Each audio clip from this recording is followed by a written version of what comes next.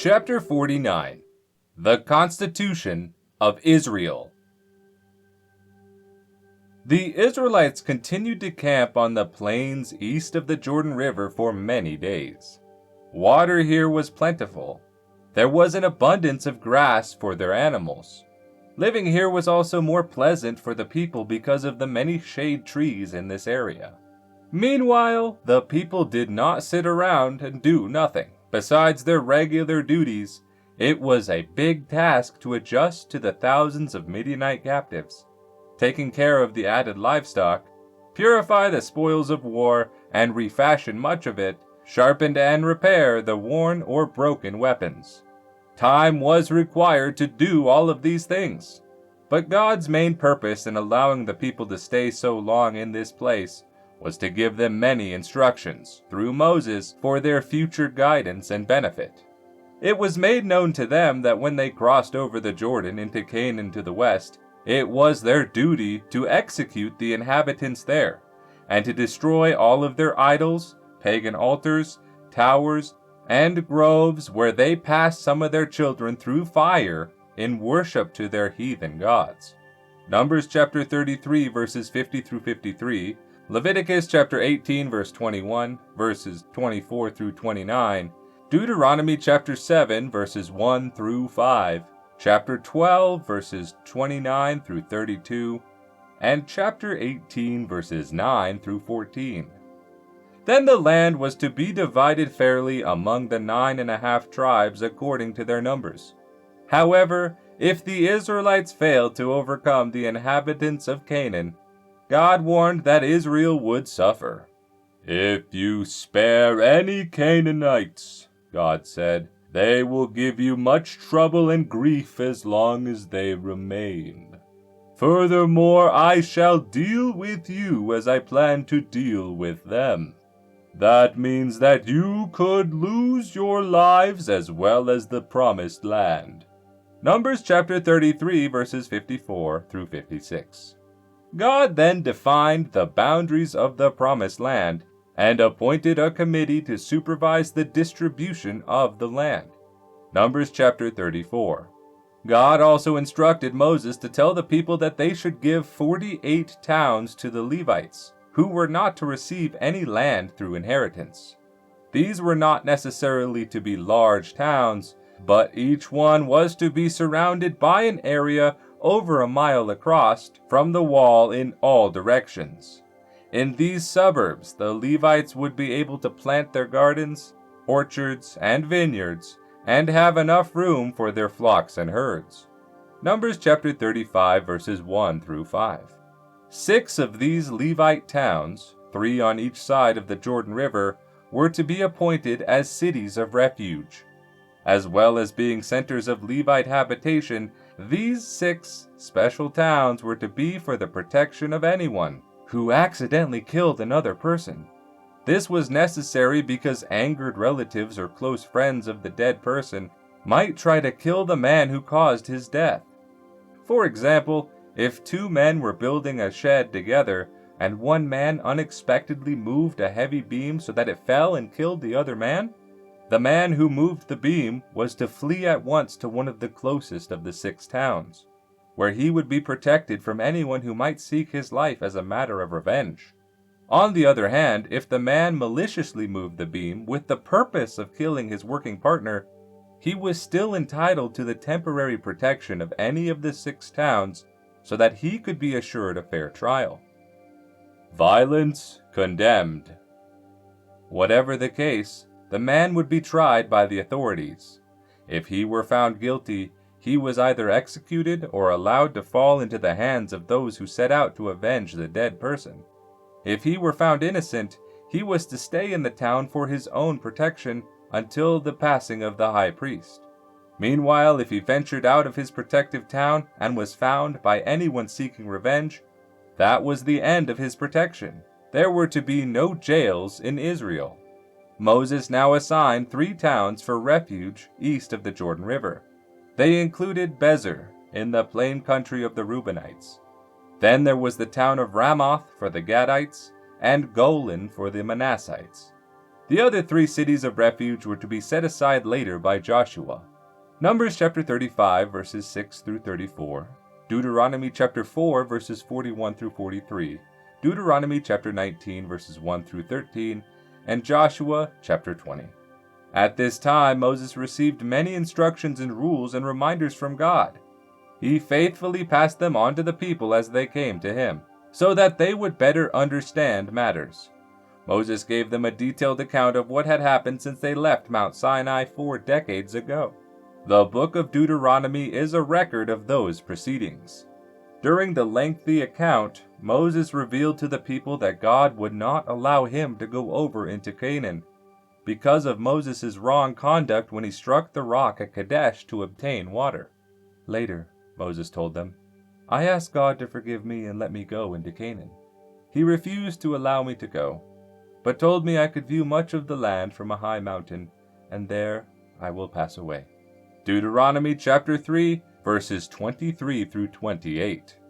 The people were saddened to hear this. At the same time, they felt a greater fear of God. Many of them reasoned that if God would take the life of their leader, then their lives could be taken at any time because of their disobedience. Sabbaths must be observed. Moses added to their serious thinking by warning them that God would never tolerate law-breaking without punishment. He also reminded them that God was more merciful than they could ever imagine, and he would never forsake them or destroy them as long as they kept their agreement to observe his laws. Deuteronomy chapter 4 verses 30 through 31. Among the matters mentioned through Moses for Israel's benefit was the strict reminder to observe the yearly Sabbaths. These holy days began in Egypt with the Passover. They were later more fully explained to the people at Mount Sinai. The keeping of these holy days was to be a perpetual sign between God and Israel, just as the observance of the weekly Sabbath was to be an everlasting agreement. Deuteronomy chapter 12 verses 1 through 14, chapter 16 verses 1 through 17, Exodus chapter 31 verse 17. Today, more than 700 church denominations claim to be Christian, but almost all of them refuse to have anything to do with God's actual holy days. Many weak excuses are given for not observing them, including the old standard groundless line that the days instituted by God were only Jewish days, and that they were done away with at Christ's death. The fact that most churches fail to observe them simply proves that most churches are not God's churches. This can be a shocking and perhaps unbelievable statement to many people, but it is a true one, completely backed up by the Bible. Scoffing at this Bible truth is the same as scoffing at God, the author of the Bible. The Apostle Paul taught Christians to keep weekly Sabbaths and yearly holy days many years after Christ ascended into heaven. Acts chapter 16 verse 13, chapter 17 verse 2, chapter 18 verse 21, chapter 24 verse 14. God also made it clear that besides the first tithe, that tenth of one's increase that is to pay the expense of the work of God, the Israelites should save a second tithe to be used in observing the holy days. This was mostly for the Festival of Tabernacles, which was to be held apart from the usual houses of the people at a place chosen by God. Deuteronomy chapter 12 verse 17 through 19 and chapter 14 verses 22 through 27. Today, as then, the people of God's church use this second tithe of their income for observing the holy days, especially the fall festival at the place or places God sets his name. Jerusalem was the main place in ancient Israel, and it will be again when Christ returns not very many years from now. Zechariah chapter 14 verses 16 through 19. God ordained the Festival of Tabernacles as a time when his people should worship him with special joy, reverence, mirth, and thankfulness. It was not to be a noisy camp meeting, or what is so often referred to as a revival as some date set by man. Instead, it was and still is a time of joyfully worshiping God while taking in the spiritual food, preaching, that is corrective, inspiring, and character building. It was and still is a time of dining, visiting, dancing, and enjoying sports that stimulate the body and knit the people of God together in spiritual harmony. Jeremiah chapter 31 verses 12 and 13. Faithful saving of second tithe makes it possible for God's people to enjoy this autumn vacation and return to their homes and to their work better prepared to live happier and closer to their Creator. At the same time, God also commanded that the people should rest their land every 7th year, so the physical laws of nature can improve the soil's health-giving and natural balance. Leviticus chapter 25 verses 1 through 7, verses 20 through 22, and Leviticus chapter 6 verses 14 through 16 and verses 32 through 35. Then God commanded that a third tenth should be saved for every special use. This was to be taken out only every 3rd and 6th year in a 7-year cycle. It was to go to the poor among the Levites, the widows, the fatherless children, and the poor strangers. Deuteronomy chapter 14 verses 28 through 29 and chapter 26 verse 12. In these days, the obedient Christian will put aside his tithes, plus what is required in taxes and such. God makes this all possible. Many are the families that have enjoyed better incomes and other financial benefits since beginning to tithe. Good civil government. Many other matters were brought to the people at this time, among which were these.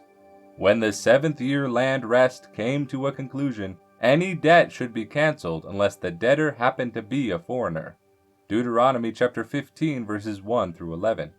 A servant or slave should be freed after 7 years of service. Deuteronomy chapter 15 verses 12 through 15. Israel was to make no agreements of any kind with the nations that were to be driven out. Deuteronomy chapter 7 verses 1 through 5 and chapter 20 verses 16 through 18. No more than 40 lashes of a whip were to be applied in punishment at any time. Deuteronomy chapter 25 verses 1 through 3. No fruit trees were to be cut down in times of war in the land Israel invaded. Deuteronomy chapter 20 verses 19 and 20. The food that they produced was worth more than timber. The Israelites should consider themselves a holy nation, not because of their righteousness, but because God chose them as His people. Deuteronomy chapter 7 verse 6 and chapter 14 verses 1 and 2.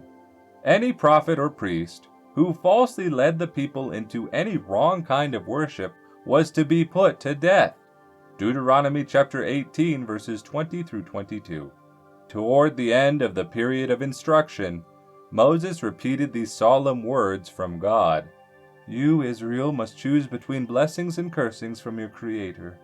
Obedience to my laws shall bring wonderful blessings of prosperity, freedom from diseases, success in all that you do, an abundance of healthy children and livestock, plenty of rain and water, good crops without blemish or disease, comfortable homes and protection from accident and from your enemies. I shall make you the head of all nations, and they shall fear and respect you. You shall lead long, happy lives, and so shall your offspring also be happy, healthy, and prosperous into the far future. On the other hand, if you refuse to live lives according to the laws I have made plain to you, I shall heap grievous curses upon you. You shall cease to prosper. All kinds of diseases shall come upon you. You shall fail in all that you do. Your children shall be sickly, but famine shall drive you to eat them. Your livestock shall sicken and die of disease, or for lack of water and grass. Your soil shall turn hard, and your crops shall be consumed by blight and pestilence. You shall be sick, frightened, and miserable wherever you go. You shall become as depraved as animals and lunatics, and fatal accidents shall overtake you wherever you are. Your home shall become filthy, miserable hovels. You shall become the least and weakest of all the nations, and cruel enemies shall slay you. Those of you who aren't slain shall be taken captive and scattered among the nations as wretched slaves. Deuteronomy chapter 28 and chapter 30 verses 15 through 20. God's laws must be preserved. All the laws God had recently given to Moses to pass on to the people were written down at another time by Moses and presented to the priests to place beside the Ark of the Covenant. Copies were also given to the elders. Moses commanded them to read the whole book of the law to the people every 7 years when Israel assembled at the Feast of Tabernacles during the year of release. Deuteronomy chapter 31 verses 9 through 13 and verses 24 through 29. The priests and Levites were also commanded to teach people portions of the law yearly at the festivals and throughout the year in all their cities. Deuteronomy chapter 13 verses 8 through 10, 2 Chronicles chapter 17 verses 7 through 9, chapter 35 verses 1 through 3, Nehemiah chapter 8 verses 1 through 8, and Acts chapter 15 verse 21. God then called Moses and Joshua into the tabernacle. As soon as they entered, the Creator descended to the tabernacle inside a glorious, radiant cloud. Deuteronomy chapter 31 verses 14 and 15.